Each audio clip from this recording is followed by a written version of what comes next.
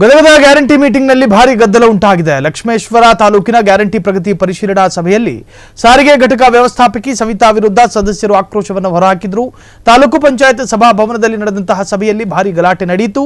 ಇಲಾಖೆಯಲ್ಲಿ ಸಿಬ್ಬಂದಿಗಳಿಗೆ ಅಧಿಕಾರಿಯಿಂದ ಸರಿಯಾದ ಸ್ಪಂದನೆ ಸಿಗ್ತಾ ಇಲ್ಲ ಅಂತ ಸದಸ್ಯರು ಆರೋಪವನ್ನ ಮಾಡಿದ್ರು. ಆದರೆ ನಾವು ಯಾರಿಗೂ ಕಿರುಕುಳವನ್ನು ಕೊಟ್ಟಿಲ್ಲ ಎಂದು ವ್ಯವಸ್ಥಾಪಕಿ ಹೇಳಿದ್ರು.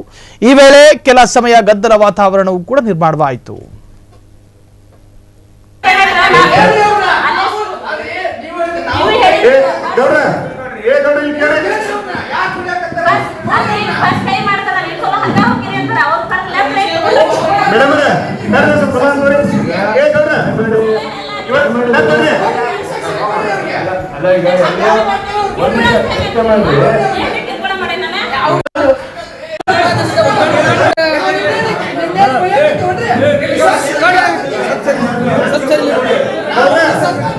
ಕ್ಷಣ ಕ್ಷಣದ ಸುದ್ದಿಗಳಿಗಾಗಿ ಫ್ರೀಡಂ ಟಿವಿ ಸಬ್ಸ್ಕ್ರೈಬ್ ಮಾಡಿ, ಲೈಕ್ ಮಾಡಿ ಹಾಗೂ ಫಾಲೋ ಮಾಡಿ.